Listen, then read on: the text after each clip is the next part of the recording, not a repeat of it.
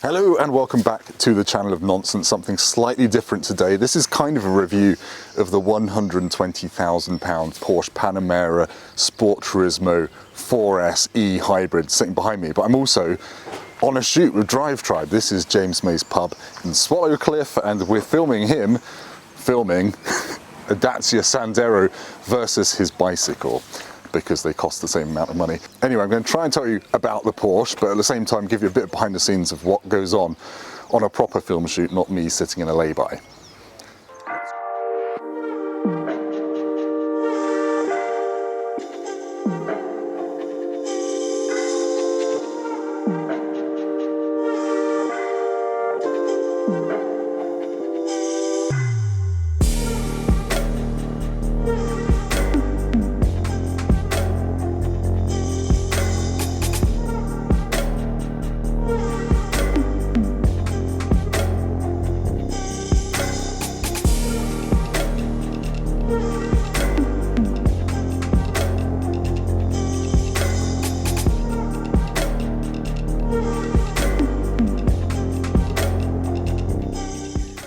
Now, considering how stupidly long this car's name is, you might be forgiven for not knowing what's under here. It's a 440 horsepower twin-turbo V6 with 136 horsepower of electricity as well. So in total, 560 horsepower and 750 newton-meters of torque. It's quite fast, and you can do about 30 miles on electric power alone. And obviously, you can force the engine to recharge the batteries if you can't plug it in. Sadly, I can't hop in to show the rear seat room because I've got my child seats in it, but there is actually loads of room. The Isofix points are a bit of a pain to get to. You've got to fold some leather out of the way, but this really is a lovely, lovely estate car. Loads of room. It's practical. You could get away with dailying this as a family car, actually. Let's show you the boot while we're at it, because it's pretty decent size, to be honest. I've got a bit of crap in there. Annoyingly, it's dark, hang on. Annoyingly, you do have to have the big Volkswagen Group bag of charging cables, which takes up loads of the space, but you could leave that at home if you don't need it.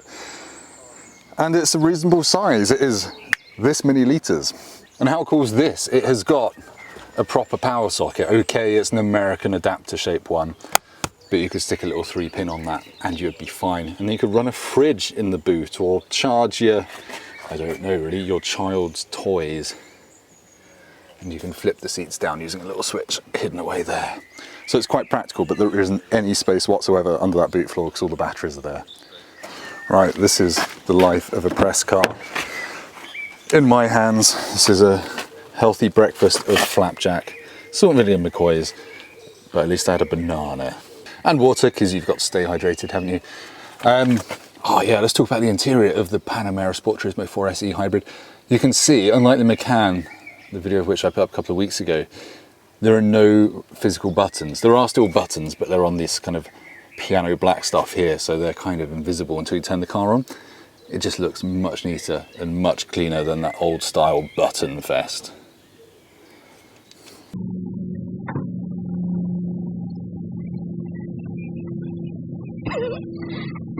James, do you like the Porsche Panamera Sport Turismo 4S E Hybrid? Not massively, to be honest. Why not?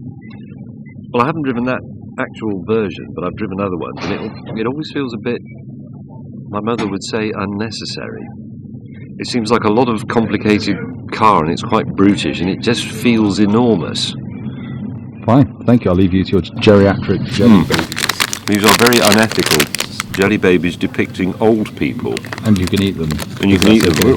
Obviously, eating babies is pretty bad. Eating old people is just like Dignitas, really. But it is a bit, and you can just bite their heads off, like you do with, you know, with unwanted old people. It feels a bit wrong. Right, let's go for a drive in the Porsche Panamera Sport Turismo 4S E Hybrid. Let's leave James May's pub quietly to respect the neighbours, which I can do in electric mode. I've got 3/4 of a battery, that's 24 miles of range. Usually this will give you 30 miles of electric range, and it can drive on electric power up to, I think, about 80-85 miles an hour. So you can actually do a decent amount of driving in it. Now, the first thing you do notice on the lanes around here, around Swallow Cliff, where James May's pub is is that it's not a small car. It feels pretty mammoth when you're in it on these roads, but you get used to it. It's not intimidating, and everything about it is easy to use. It's an automatic, really, isn't it? How hard is it to drive? But yeah, you can see out of it. You can see over your shoulder. The rear window is a bit small and a bit far away, but it's a big estate car. Mirrors are decent. It's just, yeah, it's just easy. It is just easy. I might be about to change my tune when a tractor comes around the corner, but we'll see about that. Now, you might be thinking, because this is a hybrid, it's going to weigh 1,000,000 tons with the batteries in the boot, and it doesn't actually feel that heavy. It's on air suspension, which helps a bit. But yeah, when you're on a fast, sweepy road or a twisty road, it doesn't feel too cumbersome. It actually feels reasonably sporty, and you can feel a palpable difference between the different suspension modes, which you can change here using a little button. So it doesn't matter what you've got your drive mode set to, you can have super sporty suspension in electric only mode if you want, and you can mix it up. It's proper usable Porsche like that. Everything just works, and they've thought about most things. There's a big Land Rover coming. Oh, you're gonna let me past. Okay, we're gonna get onto a bit of a busier road now. Let's put it in Sport Plus. Oh, V6 fires into life with a bit of an angry burble. Let's go. Yeah, it's fast. 0 to 62 takes 3.5 seconds. And this is only the V6 one. There's obviously a V8 and a V8 hybrid above this, and I've driven those and they are bonkers, but this doesn't feel much slower than the V8s at all, but it costs quite a bit less money. The V6 makes a sophisticated kind of growl. It's not, you know, a raucous noise, because this is a sophisticated long distance cruiser of a car, so it shouldn't sound like a race car. There are vans trying to kill me. But yeah, the remarkable thing I've always found about Panameras is the chassis and the body control. You can hoon this thing around tight corners, around any corners, at great speed, and it just stays completely flat. It feels very agile, and you soon forget you're driving an estate car. You end up driving it like a sports car. Now, your kids and your gran might not appreciate that, but you as a driver will be entertained by this car. I'm being entertained, look at me. So yes, it's fast, it handles impeccably for a big, reasonably heavy car, and the hybridness adds to the driving experience because you get that electric shove when you put your foot down, in addition to the twin-turbo V6 putting its 440 horsepower out. So think of this as like an Audi RS4 with a lot more instant shove from that electric motor. Does that make sense? Possibly. But the beauty of it is you can have this sporty, agile estate car, and then you flick a switch and it's silent, electric, you slacken the air suspension off, and you've got a very comfortable silent cruiser.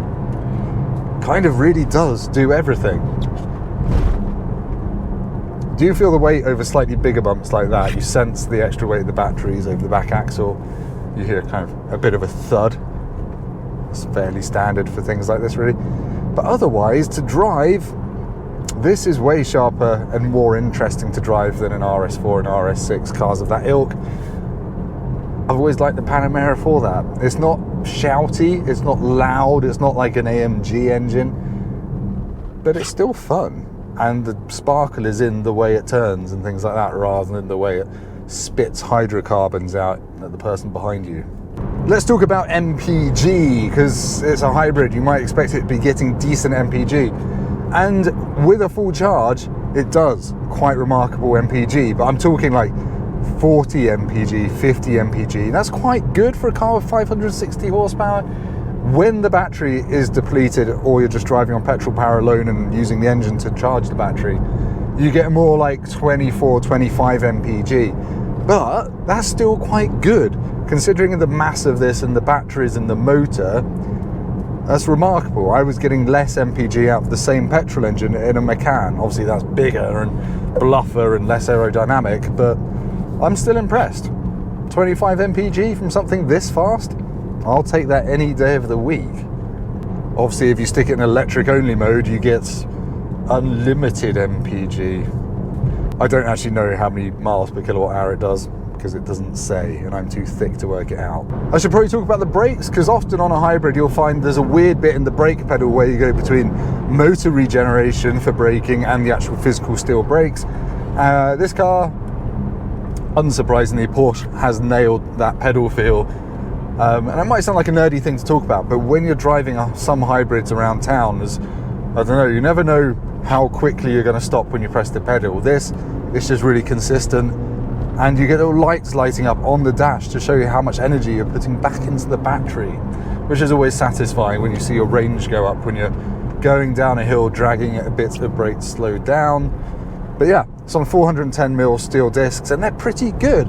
I haven't got the savage bite of the carbon ceramics, which are probably an option, but with 10-15 grand of options on this car, yeah, it's probably enough options already, isn't it? So yeah, Panamera Sport Turismo 4SE Hybrid drives really quite neatly, if we're being nerdy, neatly. Anyway, enough waffle.